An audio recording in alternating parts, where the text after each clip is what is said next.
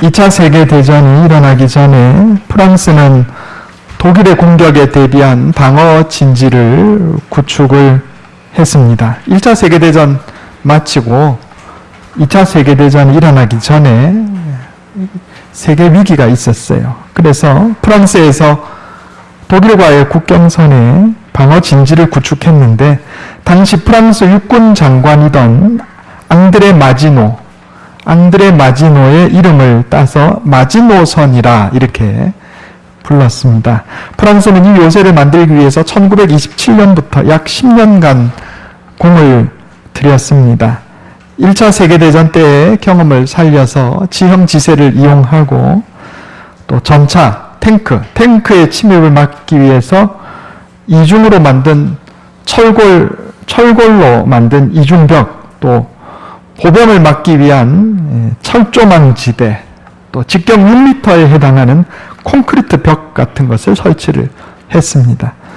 또 발전실, 탄약고, 작전실, 통신실 이런 것도 지하 깊숙이 설치해서 그야말로 난공불락의 요새라고 할 만한 것을 만들었어요. 그런데 막상 2차 대전이 터졌을 때 이 마지노선은 아무 소용이 없었습니다. 왜냐하면 독일이 쳐들어갈 때 둘러서 벨기에와 룩셈부르크를 통해서 우회해서 프랑스를 침공해 들어갔다 이 말입니다. 마지노선은 한번 써보지도 못하고 프랑스가 무너지고 말았습니다. 여러분, 우리가 인생을 살면서 이것저것을 대비하고 그야말로 내 인생의 마지노선으로 사용할 만한 것들을 추구합니다. 많은 사람들이 내가 돈을 마지노선으로 가지고 있으면 인생이 평안하리라, 안전한 삶이 보장받으리라 그렇게 생각합니다. 나이가 들고 직장에서 퇴출되고 권력에서 밀려나도 내가 이 돈을 가지고 있으면 편하고 안전하게 살리라 이래 생각을 합니다. 그러나 또 그런 것들이 내 인생의 안전을 보장해 줄 수 있을까 하는 겁니다. 돈으로 금고를 사고 경비 시스템을 설치하고 최고급 자동차를 타고 다닌다고 해서 인생의 안전이 확보되는 것은 아니다 이런 얘기죠. 우리가 잘 아는 역사적 사실입니다. 전직 대통령 중에 불행하게도 시해된 분이 한 분 계십니다. 당시 대통령 주위에 국가안전의 대명사로 불리는 육군참모총장, 또 대통령 경호실장, 중앙정보부장, 국가안전을 책임지는 사람들이, 또 말 그대로 안전하다는 안가, 편안할 안자 써서 안가에 계셨는데 거기서 살해당했어요. 가장 안전한 사람들인 줄 알았는데, 가장 안전한 곳인 줄 알았는데 가장 위험한 곳이었다 이런 얘기입니다. 우리가 인생을 살면서 이 세상에 안전지대가 있는가? 세상에 안전지대가 있는가? 안전지대가 없다 이 말입니다. 우리 그리스도인들은 세상의 안전지대, 세이프존을 추구해야 할 것이 아니고 신앙지대, 페이스존을 추구해야 한다 이런 얘기입니다. 오늘 우리에게 주시는 하나님의 말씀은 인생을 살면서 두렵고 좌절하고 실망하고 또 폭풍을 치는 바다와 같은 고난을 겪어 나가는 사람들을 향해서 진정한 안전지대와 피난처가 되시는 분이 누구신가를 교훈하고 있습니다. 오늘 본문 말씀을 통해서 또 성경의 여러 말씀을 통해서 교훈을 얻고자 합니다. 첫째로 하나님이 우리의 피난처가 되십니다. 따라해 보겠습니다. 하나님이 우리의 피난처가 되십니다. 오늘 시편 46편 1절에 하나님은 우리의 피난처시요 힘이시니 환난 중에 만날 큰 도움이시라 그랬습니다. 시편 62편 7절에 보면 나의 구원과 영광이 하나님께 있으며 내 힘의 반석과 피난처도 하나님께 있도다 그랬어요. 또 하나님이 나의 반석이요 구원이시요 나의 요새시니 내가 흔들리지 아니하리로다 그랬습니다. 하나님이 우리 인생의 피난처 되심을 믿으시기 바랍니다. 제가 고등학생 때 집에서 고양이를 키웠어요. 고양이가 암컷이었는데 얼마나 예쁘고 귀여운지 제가 항상 먹을 것을 주고 또 안아주고 쓰다듬어주고 그래 잘해줬어요. 이 고양이가 밖에서 남편 고양이를 만나가지고 새끼를 뱄습니다. 새끼를. 저는 고양이가 새끼를 베면 쥐를 먹는다는 것을 그때 알았습니다. 여러분, 우리 보통 집에서 고양이 키우면 고양이 사료 주잖아요. 그럼 배불러서 쥐 잡아먹지 않습니다. 잡기는 잡아요, 본능으로. 근데 가지고 놀다가 버리죠. 쥐를 먹지는 않아요. 그런데 고양이가 아무리 집에서 풍부하게 밥을 줘도 잡은 쥐를 다 먹는 경우가 언제냐면 새끼 뱄을 때. 새끼 뱄을 때는 쥐를 다 먹습니다. 제가 그걸 봤어요, 직접. 고양이가 쥐를 잡아가지고 먹는데, 이렇게, 고양이 입에 이게 쥐 발이 이렇게 튀어나와 있더라고요. 이게 오독오독 씹어 먹는데 얼마나 맛있게 먹는지. 여러분, 우리 저희 고깃집에 가면 오돌뼈라고 있습니다. 그죠? 오돌뼈. 오돌뼈 먹을 때 이렇게 뽀드득뽀드득 소리 나잖아요. 고양이가 쥐 잡아 먹는데 뽀드득 소리가 나. 그렇게 맛있게 먹더라고요. 한 번은 잠을 자는데 고양이가 제 품으로 파고드는 겁니다. 평소에 한 번씩 그런가 보다 그랬는데 잠깐에 뭐 이상해요. 축축하고 뭐야 하고 불 끄고 불 켜고 이불을 드셨더니 새끼를 낳은 거예요. 제 품에다가 새끼를 낳았어요. 아니 얘가 왜 내 품에다가 새끼를 낳나? 얘가 새끼를 낳으려고 가장 안전한 곳을 찾는데, 피난처를 찾는데 오빠 품이 제일 안전하다, 이런 결론을 내린 거예요, 고양이가. 그러니까 이 오빠 품에다가 와가지고 새끼를 낳았어요. 자다가 밤에 낳더라고요, 새끼를. 자다가 이제 종이 박스 이거 만들어가지고 이거 보금자리 만들어서 안에다가 이렇게 천 깔아주고 이래가지고 새끼를 또 다 옮겼습니다. 낳은 새끼 한 8마리인가 낳았는데, 그래 어미 이제 보내주고 이랬는데, 그리고 잤어요. 자는데 얘가 또 파고 들어오는 거예요. 불을 켜고 보니까 입에 새끼를 물고 제 품으로 계속 옮기는 겁니다. 자기 새끼를. 무슨 얘기예요? 내 새끼는 오빠 품에 있어야 제일 안전하다. 고양이가 저를 피난처로 생각한 거예요. 가장 안전한 요새로 생각했다, 이런 얘기입니다. 여러분, 우리 인생의 참 피난처요 가장 안전한 요새는 하나님의 품인 줄 믿으시기 바랍니다. 고양이도요, 자기한테 밥 주는 사람, 자기 지켜주는 사람, 자기 사랑해주는 사람이 누군지 알아요. 가장 안전한 곳이 어딘지 아는 거예요. 우리도 마찬가지입니다. 여러분, 나를 사랑해 주시는 분, 나를 지켜주시는 분, 나를 보호해 주시는 분, 나의 가장 안전한 피난처가 하나님인 줄 믿으시기 바랍니다. 눈에 보이지 않아도 여러분, 하나님 품이 내 피난처가 되십니다. 이스라엘의 위대한 왕 다윗은 하나님을 자기 일생의 피난처로 삼았습니다. 시편 42편에 보면 하나님이여 사슴이 시냇물을 찾기에 갈급함같이 내 영혼이 주를 찾기에 갈급하나이다. 인생의 어렵고 힘든 시기에 다윗은 다른 것을 찾은 게 아니고 하나님께 찾아왔어요. 주님, 마치 사슴이 목말라서 시냇물 찾는 것처럼 내가 주님이 갈급합니다. 주님, 내가 주님 품이 필요합니다. 여러분, 어린아이가 어려움이 닥치고 겁나는 일이 생기면 엄마 품으로 뛰어들듯이 다윗은요, 인생의 고난이 닥쳤을 때 하나님 품으로 뛰어든 거예요.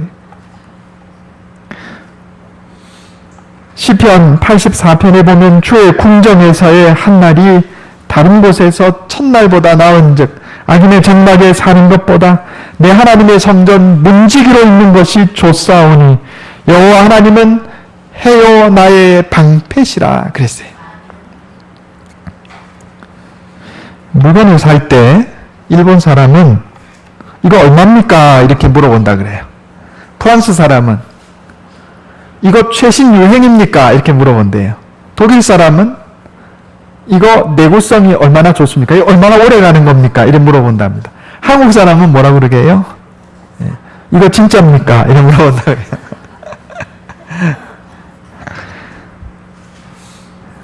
이만큼 불안하고 불신이 내재된 사회 속에서 살아왔다. 이런 증거입니다. 여러분, 우리 인생이 어둡고 불안할 때, 또 폭풍을 치는 바다와 같을 때 우리의 피난처 되시는 하나님을 찾으시기 바랍니다. 시편 4편 8절에 내가 평안히 눕고 자기도 하리니 나를 안전히 살게 하시는 이는 오직 여호와시니이다 그랬어요.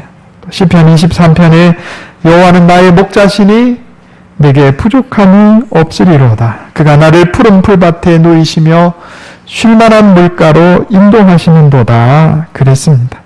여러분, 인생의 폭풍이 칠 때, 폭풍을 치는 바다와 같은 시기를 거쳐갈 때 주님 앞에 나와 예배드리고 하나님을 나의 피난처 삼고 하나님의 은혜를 구하시기를 바랍니다.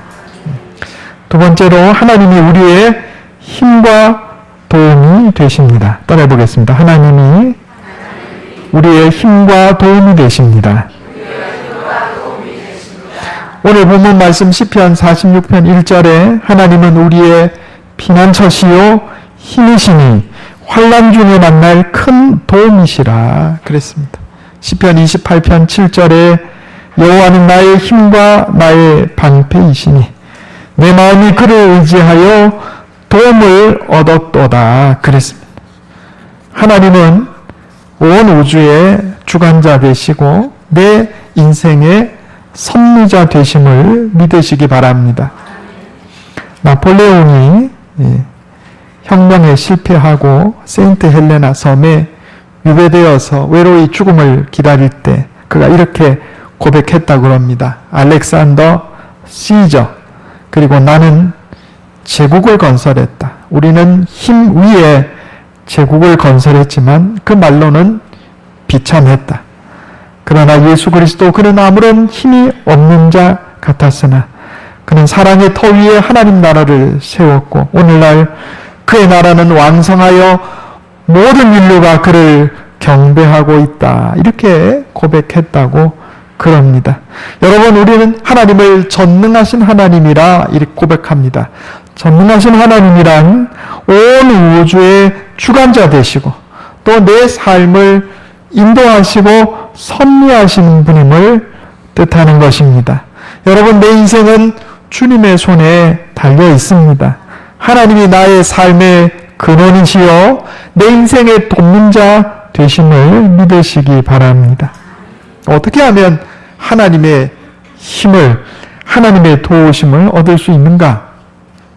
주님 앞에 나와야죠. 그겁니다. 주님 앞에 나오는 겁니다. 하나님 앞에 나와서 예배드리고 하나님께 기도하고 하나님 말씀을 내 삶의 이정표로 삼고 나가는 거예요. 너희는 먼저 그의 나라와 그의 의를 구하라. 그리하면 먹는 거, 마시는 거, 입는 거 이거 다 너에게 제공해 주시겠다. 예수님이 그렇게 말씀하셨습니다. 사도 바울은 하나님 앞에 기도할 때 응답을 받았습니다. 내 은혜가 너에게 족하도다. 이는 내 능력이 약한 데서 온전하여짐이라. 너가 겸손한 자가 되고 너가 너의 힘을 내려놓고 너가 너의 생각 내려놓고 약한 자가 되어 하나님 앞에 엎드릴 때 하나님께서 너의 힘이 되어주시고 하나님이 너의 도움이 되어주신다. 이렇게 말씀하신 것입니다. 세 번째로, 가만히 서서 하나님의 구원을 봅시다. 따라해 보겠습니다. 가만히 서서 하나님의 구원을 봅시다. 그럼 우리가 어떻게 하면 하나님의 힘과 도우심을 얻을 수 있는가? 그 비결이 10절 말씀에 나와 있어요. 제가 한번 읽어볼게요.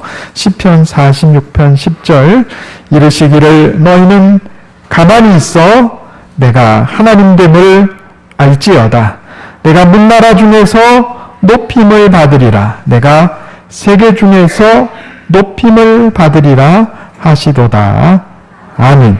여러분, 이 인생의 고난이 닥치고 폭풍을 치는 바다와 같은 그런 시기를 겪을 때 하나님께서 우리에게 힘과 도움이 되어 주시겠다 하면서 우리에게 요구하시는 게 있어요. 그게 뭐냐면 가만히 있어. 가만히 있어. 여기만 나오는 게 아니에요. 우리 성경 한번 찾아보겠습니다. 출애굽기 14장 13절.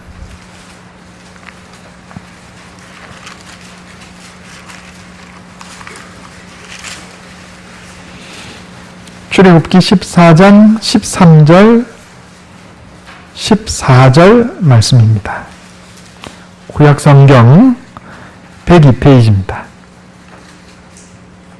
같이 한번 읽겠습니다. 출애굽기 14장 13절 14절. 자, 시작. 모세가 백성에게 이르되 너희는 두려워하지 말고 가만히 서서 여호와께서 오늘 너희를 위하여 행하시는 구원을 보라. 너희가 오늘 본 애굽 사람을 영원히 다시 보지 아니하리라. 여호와께서 너희를 위하여 싸우시리니 너희는 가만히 있을지니라. 아니, 가만히 있으라 이렇게 말씀하셔요. 이사야 30장에도 같은 말씀이 있어요. 너희가 돌이켜 조용히 있어야 구원을 얻을 것이고 잠잠하고 신뢰하여야 힘을 얻을 것이거늘 그랬어요. 여러분 좀 이상하지 않아요? 내가 지금 막 발등에 불이 떨어졌는데 하나님 뭐라고 그러시냐면 가만히 있으라 이렇게 말씀하시는 거예요. 이스라엘 백성들이 이집트에서 나와서 가나안 땅을 향해 가는데 뒤에는 이집트 병사들이 쫓아오고 앞에는 홍해예요. 조금만 더 쫓아오면 다 죽게 생겼어요. 그런데 하나님 모세를 통해서 이스라엘 백성들에게 두려워하지 말고 가만히 서서 여호와께서 너희를 위하여 행하시는 구원을 보라. 가만히 서서 보라 이렇게 말씀하세요. 이상하지 않아요?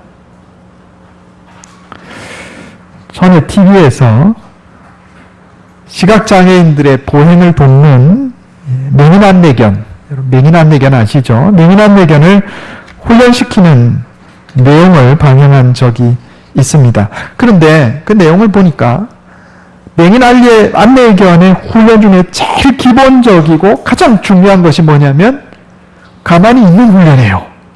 가만히 있는 훈련. 옆에 자기가 좋아하는 먹을 것이 왔다 갔다 해도 주인이 명령하지 않으면 가만히 있는 거예요.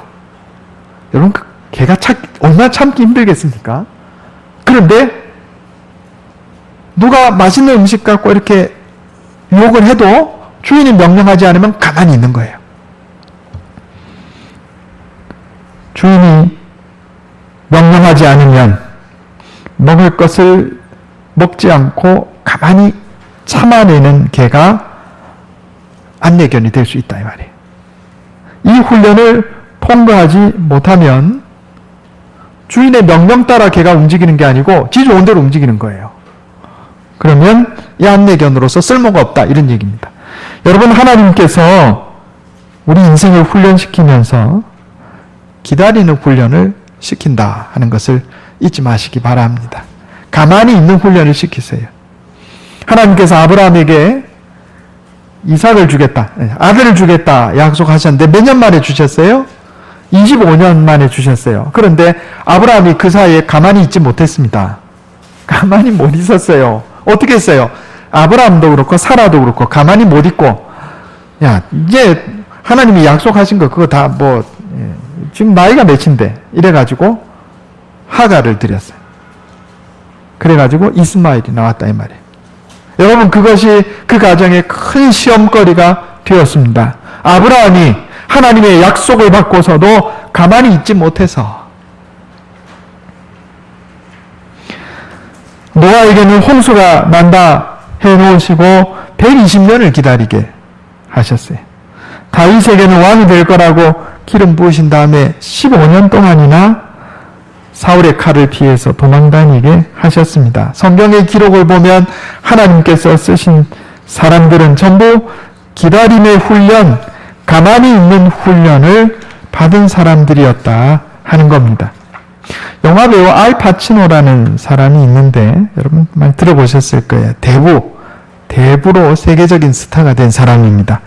이 영화배우 알 파치노는 1971년도에 출연한 영화 백색 공포로 연기력을 인정받아서 두 번째 영화인 대부에서 주연급으로 발탁되어서 세계적인 스타가 되었습니다. 그러나 1980년대에 천문학적인 제작비를 들여서 만들었던 영화 혁명이 실패했고 본인은 돈을 벌지 못했어요. 큰 충격을 받고 자신감을 상실하고 한동안 영화에 등장하지 않았습니다. 그러나 길고 긴 터널 끝에 다시 마음을 다잡은 그는 복귀하여 여인의 향기, 도니 브레스코 이런 명작들에 출연했고 그가 젊은 시절에도 전성기에도 받지 못했던 아카데미 나무주연상을 수상하게 되었습니다. 이 알파치노가 아카데미 나무주연상을 수상했을 때 누군가 그에게 성공의 비결을 물었습니다. 그때 그가 대답하기를 승리나 성공을 말하지 마십시오. 인내만이 전부입니다. 이렇게 대답했다고 합니다. 여러분 오늘 본문 말씀에 너희는 가만히 있어 내가 하나님 됨을 알지어다. 여기 가만히 있으라 이 말은 두려워 떨며 정신을 잃거나 우왕좌왕 탈선하지 말고 하나님만 바라보라 이런 의미입니다. 다시 말씀드립니다. 가만히 있어 이 말씀은 두려워하지 말고 정신을 잃거나 불신앙으로 우왕좌왕해서 탈선하지 말고 하나님을 믿고 바라보고 기다리라 이런 얘기입니다. 기다리면서 뭐 하겠어요? 기도해야죠. 그리고 하나님의 말씀을 내 삶의 이정표 삼아서 다시 나아가는 겁니다. 내 인생의 폭풍과 밀려올 때 세 단계가 있는 거예요. 첫째로 멈추어 서서. 멈추어 선다는 것은 우왕좌왕하지 않는 겁니다. 이스라엘 백성들이 뒤에는 이집트 병사, 앞에는 홍해, 모세 가만히 있으라는 말을 듣지 않았다면 와 우리 다 죽었다 해서 뿔뿔이 흩어지고 말았을 거예요. 그러면 그들은 홍해를 건너지도 못했을 것이요 가나안 땅에 도달하지도 못했을 것이다. 이런 얘기입니다. 다윗이 하나님께 약속을 받고서도 고난과 어려움이 닥쳤을 때 가만히 있어 하나님을 바라보며 꿋꿋하게 버티지 못했더라면 그가 인생에 크게 낙심하고 이스라엘 왕이 되지 못했을 것이다. 이런 얘기입니다.